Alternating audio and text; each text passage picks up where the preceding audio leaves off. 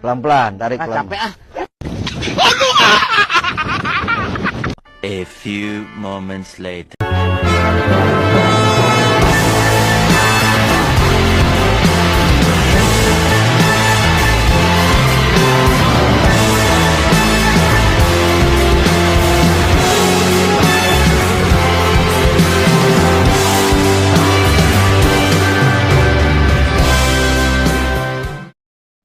Pasar persaingan tidak sempurna adalah pasar yang tidak memenuhi ciri-ciri dari persaingan sempurna, sehingga penjual dan pembeli dapat mempengaruhi harga.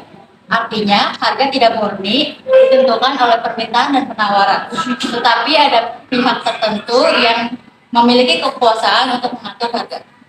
Berikutnya ada jenis-jenis pasar persaingan tidak sempurna. Yang satu ada monopoli.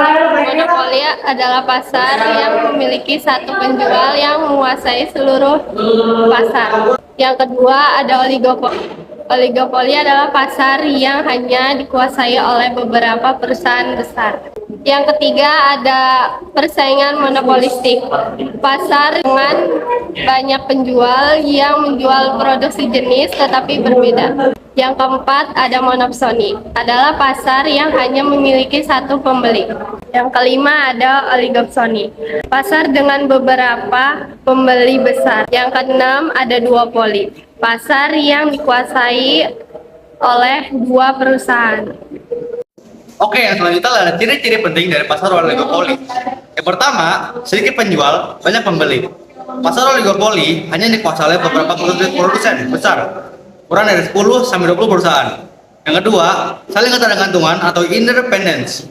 Putusan satu perusahaan seperti penurunan harga atau iklan akan mempengaruhi perusahaan lain, seringkali memicu perang harga atau respon pemasaran. Yang ketiga adalah harga relatif sama atau kaku.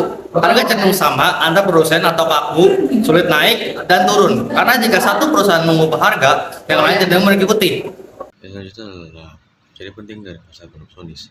Yang pertama adalah hanya ada satu pembeli tunggal. Yang kedua, banyak penjual dan pemasok. Yang ketiga, pembeli menentukan harga.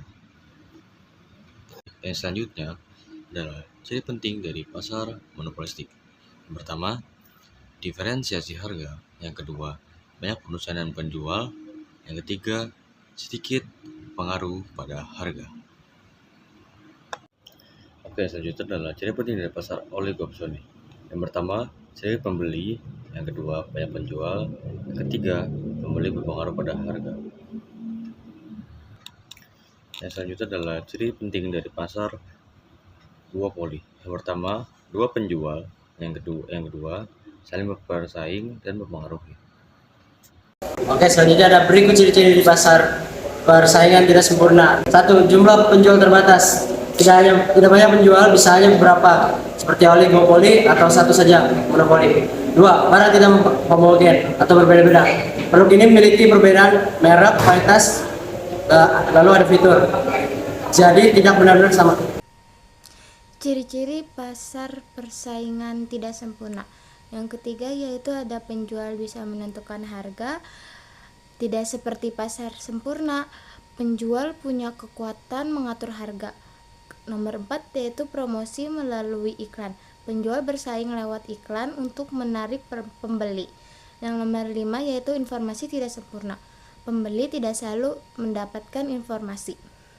Itu adalah contoh pasar persaingan tidak sempurna, yaitu monopoli, perusahaan listrik negara atau PLN, oligopoli yaitu Indofood atau Wings Group, duopoli yaitu Gojek dan Grab, monopolistik yaitu Starbucks dan dijual. Monopoli perusahaan besar membeli hasil panen dan petani, dan yang terakhir oligopoli yaitu perusahaan rokok membeli tembakau dari petani. Kelebihannya meliputi inovasi produk tinggi, potensi keuntungan besar bagi perusahaan, dan variasi produk bagi konsumen. Yang kekurangannya adalah harga cenderung mahal, ekspektasi konsumen, dan hambatan langsung bagi pesaing baru. Halo guys, di sini kami dari kelompok persaingan tidak sempurna ingin mewawancarakan JNE Sport.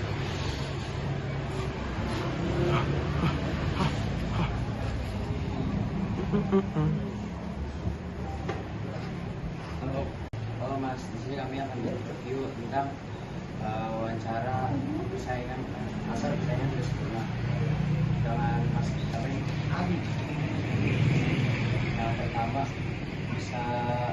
Mas jelaskan posisi Mas dan apa sih tugas utama Mas di perusahaan ini? Posisi admin sangat spontan ya. Tugasnya sih menerima kiriman ya untuk data yang didata, proses penerimaan awal itu gimana di sini. Lalu di pertanyaan kedua, sudah berapa lama Mas bekerja di bidang ini? Dan bagaimana pengalaman Mas? Di 2015 berarti udah dari tahun sih ya. Kalau untuk pengalaman sih ya kadang ada enaknya kadangnya ya. Kadang kalau enaknya kita dapat komplain dari customer paketnya terlambat, nah kita pasti di komplain tuh. Enaknya ya sekali ada orang kirim terus mereka post dengan layanan kita dapat terlibat sama mereka lumayan. Lalu pertanyaan yang ketiga, apa tantangan terbesar yang sering dihadapi dalam pekerjaan ini? Tantangan terbesarnya sih sebenarnya misalnya ada customer dia kirim alamatnya nggak lengkap nih, nah mereka buka pakai alamatnya ilegal, sedikit tantangan sih. Nah kalau nggak sampaikan nanti pasti kita yang bermain. Sama paling persaingan dengan kompetitor sih sebenarnya. Jadi kita harus banyak-banyak ide untuk mengenalkan pasar. Oke, terima kasih Mas ya. Terima kasih.